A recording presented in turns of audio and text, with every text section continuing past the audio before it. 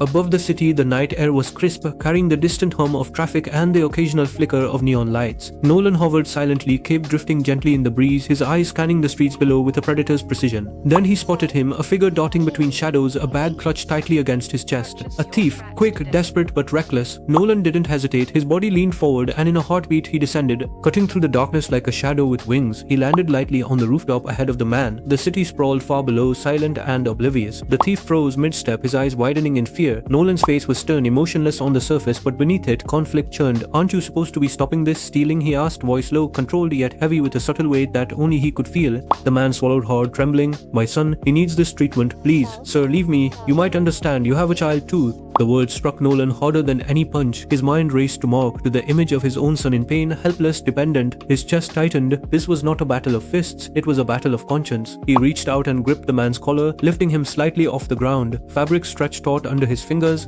yet he held him with controlled force, not cruelty. His eyes, sharp and calculating, met the burglar's wide, pleading gaze. "I can't, I shouldn't," Nolan muttered under his breath, his inner Viltrumite instincts urging detachment, dominance, control. "But I can't let him suffer for it either." The rooftop was silent except for the sound of distant traffic. The man's breathing was ragged, his face pale with fear and desperation. The thief sank to his knees, shaking, disbelief etched in every line of his face. "Go, and don't let me see this again," Nolan said, his voice firm but not harsh. Beneath it though lingered the tremor of emotion he refused to show, an acknowledgement that perhaps, just perhaps, this world was changing him. The man didn't hesitate, he scrambled to his feet and bolted toward the rooftop exit, clutching the bag like a lifeline. Nolan watched him go, the weight of his decision pressing down on him like the night itself. "This world, it's changing me," he thought quietly, jaw tight, eyes glinting with a single restrained tear. He hated it. He hated that he cared. Then without another word, Nolan stepped to the edge and launched into the sky. The wind caught his cape, trailing behind him as he rose above the rooftops, city lights shrinking beneath him. He cut through clouds, silent, solitary, every movement precise, controlled, but inside a storm raged. Viltrumite principles clashed with human empathy, and for the first time Nolan wondered if the Empire's ideals were flawed. Was strength everything? Was domination right when compassion could exist? Could he reconcile who he was with what he had begun to feel?